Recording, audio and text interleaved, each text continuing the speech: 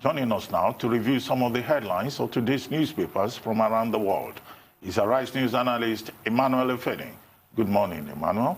Good morning, Ruben. Good morning, Mr. Efeni. Good morning, Leila. Good morning, Tundu. Good morning. Yes, let's start straight away with these day newspapers, Nigeria's newspaper of record. The lead story, Buhari relaxes restrictions on churches, mosques, banks, hotels, maintains closure of schools, reopens airport to domestic flights June 21. Curfew now 10 p.m. to 4 a.m. Retains interstate travel ban. Kogi governor bows to pressure. Locks down Kaba, Bruno local government area. 416 fresh cases raised tally to 10,578, with 3,122 discharged, 299 deaths. Yes, other newspapers have similar headlines. Let's quickly look at others before we return to this day.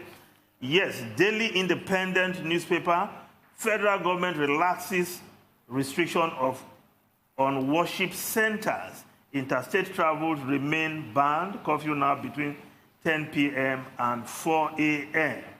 To rely on science data to check virus, domestic flights to resume June 21. While New Telegraph, churches must now free to operate as Buhari lifts ban. And of course, the Punch newspaper, Christian Association of Nigeria awaits details as federal government opens churches, mosques, relax curfew. Second phase of ease lockdown begins today, ends June 29. So, final year students may sit for examination in July. Yes, that is students who have actually studied, because some Nigerian universities are actually still in their first semester before this closure, like the University of Benin. Now, let's look at the front page of these day newspapers.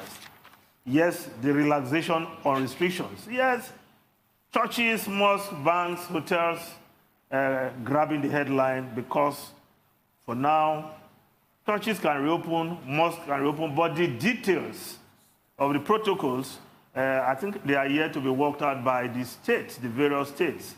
And that is where I think we have to pay some attention to ensure that when people gather for worship, they observe all the protocols that are already in place concerning distancing, wearing of masks, and any other aspect of this protocol that will debar spread of the COVID-19 virus. Ruben. Well, quickly, I think in Lagos State, the Lagos State government has issued an 18-page document that in which it talks about, sectoral guidelines. But in the conclusion of that document, the Lagos State government has also pointed out that this is supplementary to existing regulations. Now, the federal government also made it clear that outside places of work, you cannot have more than 20 persons gathering together. So the old guidelines, I think, are still in place. So churches also will probably not be expected to have more than 20 persons, depending on the capacity of the church.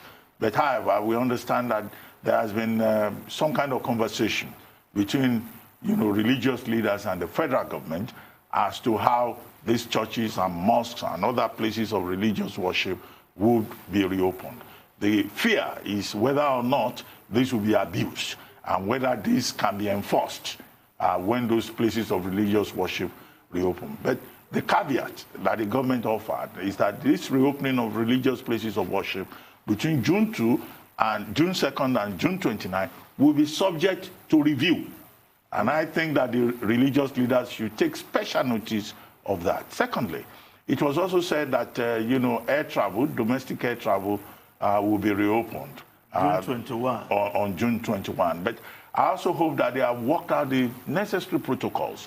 There's an international conversation as to what should happen when the aviation industry reopens fully in terms of, how do you handle the boarding process Would food be served? Would water be served when people are, inside the aircraft? Even the seating arrangement. Even the seating arrangement. Now, the concern of the airlines is that they're going to lose a lot of money.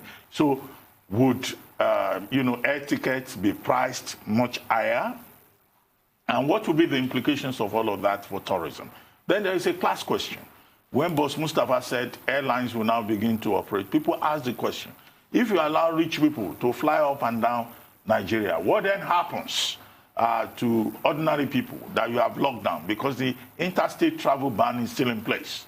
And the logical question that ordinary Nigerians like us are asking is that, look, if you are going to allow the big people to travel in their aircraft, then we too should be allowed to move from one town to the other. So there is still a lot to be worked out. Yes. But what the federal government has said is that it's serving notice to the airlines, the domestic airlines in Nigeria, and that they need to get their acts together. But I think that there should be a conversation around what the protocols should be in line with what the international body ICAO is also talking about. Yes. I'm sure Tunde will agree that you cannot relax interstate travel for flights and roads where the ordinary Nigerian travel through, you could put restriction. That would be quite discriminatory. It is. I completely agree. I don't think there's been enough work that's gone into it, and I'm sure you will not agree with me that even the fact that restrictions have been lifted on churches and mosques and other religious gatherings, I don't think that's been properly thought through. I'm sure it gladdened your heart, Mr. Efeni, when you read that, but I really don't think it's been properly thought through. I think it's a bit premature. That's below the belt. I know. I had to. No, Tunde, in fact, I have my reservations about allowing religious centers to start worshiping, because I thought perhaps we should have given some time more.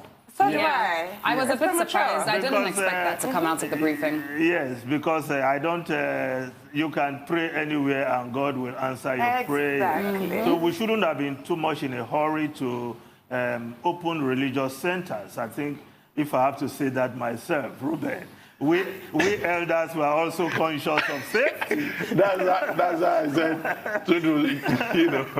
was trying to put you on the spot. Yes. But also, part of the news is that the World Health Organization this week is going to give a verdict on whether to resume the trial of hydroxychloroquine in its, solidarity trials. WHO had suspended hydroxychloroquine when it was published in Lancet Medical Journal that hydroxychloroquine has side effects and has contributed to the rise in the death rate from COVID-19. Yes. But we'll see what details they come up with and whether or not those countries that said they will continue to try hydroxychloroquine have been vindicated in the long run. Yes. Well, if we just move on to Vanguard newspaper, another subject still in the headlines. Edo, Buhari waits in, receives Obaseki to meet Oshomole. Party chair meets 7 APC governors, insist on direct primaries for Edo. Oshomole misguided against me, says Obaseki. For direct primary, INEC asks parties for membership register. Well, Obaseki, the embattled Obaseki, if you will, was at Aso Villa yesterday, met with the president, and at least indications are that the president is likely to wade into the feud between Oshomole, the APC chairman, and his godson, Obaseki, one-time godson, if you will. Has he been disowned as godson? We wonder. But the last time the president intervened, it appeared that his intervention favored Oshomole and not Obaseki. So what are we expecting this time? Well, maybe this time it should favor Obaseki for balance. Okay.